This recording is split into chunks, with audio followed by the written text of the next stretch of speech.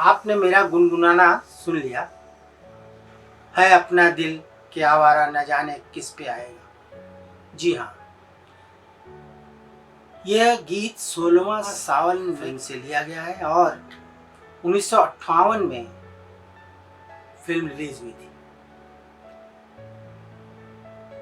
S D Burman साहब थे music director और उनके साथ थे मजरू सुल्तानपुरी। टीम की बात होती है तो जब भी बर्मन साहब होते हैं तो मजरू साहब अपने आप आ जाते हैं, रफ़ी साहब भी आ जाते हैं। लेकिन उन दिनों एक बात बहुत जोर शोर से कहा जाता था कि कलाकार जो होते हैं जहाँ पर जो फिट होते हैं उन्हीं को वहाँ पर चांस मिलता है। जैसे देवानंद और वहीदा रहमान की जोड़ी उन दिनों टॉप पर थी।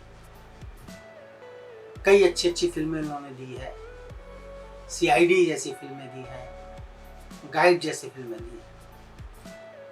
चंद्रकांत सी देसाई इस फिल्म के निर्माता थे और राज खोसला जी ने फिल्म का निर्देशन किया था। जी हाँ, मजरू जी होंगे तो बहुत नेचुरल सी बात है, वो जो भी गीत लिखेंगे उसमें जो टेम्पो होगा, उसमें जो प्यार होगा, उसमें जो अलरपन होगा, उसमें जो रोमांस होगा, उसके लिए रफ़ी साहब को आना ही पड़ेगा। इस गीत को देखिए, एक ट्रेन में पिक्चराइज किया गया है। गीत को अद्भुत तरीके से पिक्चराइज किया गया है। देवानंद के साथ वहाँ पर सुंदर भी हैं जो कॉमेडियन है। ज़्यादातर फिल्मों में देवानंद के साथ ही होते थे। हेमंत कुमार ने ही गाया है।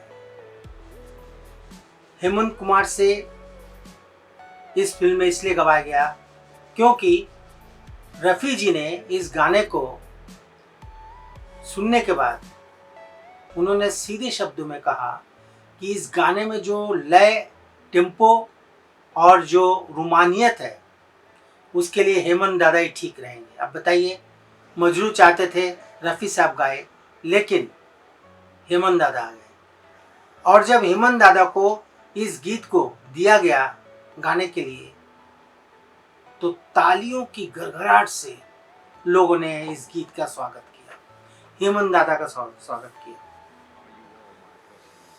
इस गीत की सबसे बड़ी खूबसूरती यह है कि एक बच्चे ने इस गीत से जन्म लिया जो कि राहुल देव बर्मन, SD बर्मन का बेटा, जो आराधना फिल्म से बहुत विख्यात हुआ।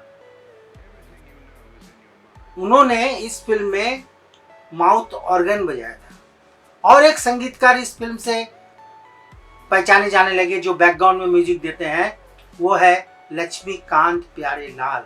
जी हाँ, ये सब SD बर्मन के साथ होते थे और धीरे धीरे इन लोगों ने अपना अलग मुकाम बनाना शुरू कर दिया।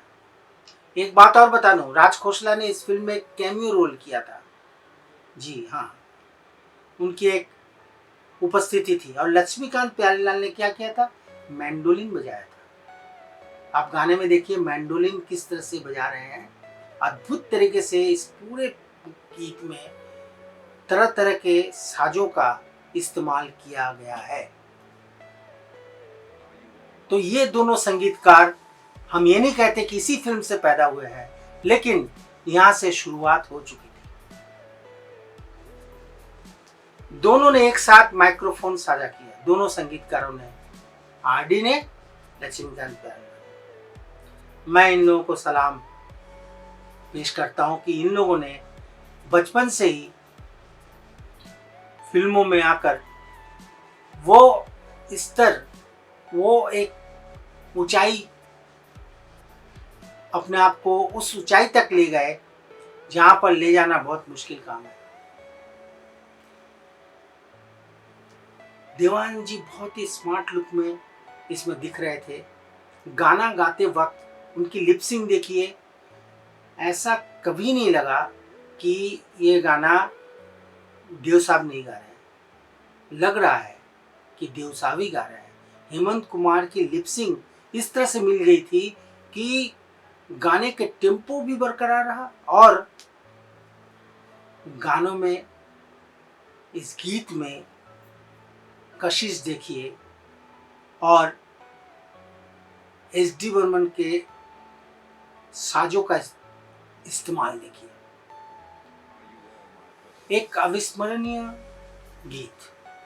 यदि ये कहे कि हेमंत की आवाज ऊंचे पर्वत के कोई मंदिर में बज रही घंटी का एहसास कराता है, जी हाँ, घंटी बजते टंग टंग टंग, उसका एहसास कराता है। अद्भुत है, अति सुंदर, मनमोहक और सुरीली आवाज है उनकी।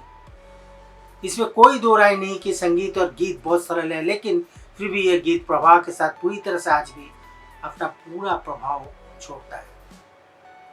आपको बता दें कि हेमंत कुमार को पहला नेशनल अवार्ड फिल्म नागिन के लिए बेस्ट संगीतकार के रूप में मिला।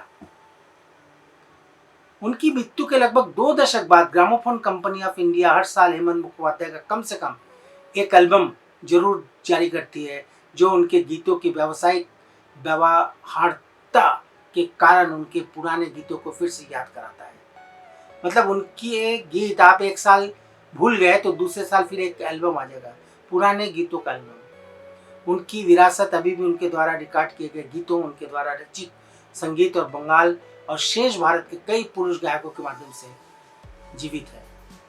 मंचों में, कलकत्ता में उनके गीत गाए जाते हैं, क्योंकि वो बांग्ला संगीत में भी निपुण थे और रवींद्र संगीत में भी निपुण थे। तो उनके गाए गीतों को आज भी कलाकार गाते हैं, मंच बांधते हैं, मंच में समा बांधते हैं और रोजी रोजगार की व्यवस्था करते हैं। तो आज बस इतना ही। अगले एपिसोड में हम आपको बताएंगे कि 16वां सावन में रफ़ी साहब से भी 2 गीत गवाए गए हैं। ये गीत तो नहीं गाए क्योंकि उनको लगा कि हेमंत दा न्याय कर सकते हैं, लेकिन एस.डी. बर्मन भी उनको कहाँ छोड़ने वाले, मजरू भी उनको कहाँ छोड़ने वाले। तो उनसे भी एक फनी गीत गवा दिया गया। 2 गीत गाए लेकिन एक फनी गीत भी गाए। वो कौन सी गीत है तो अगले एपिसोड में आप जानेंगे। प्रणाम।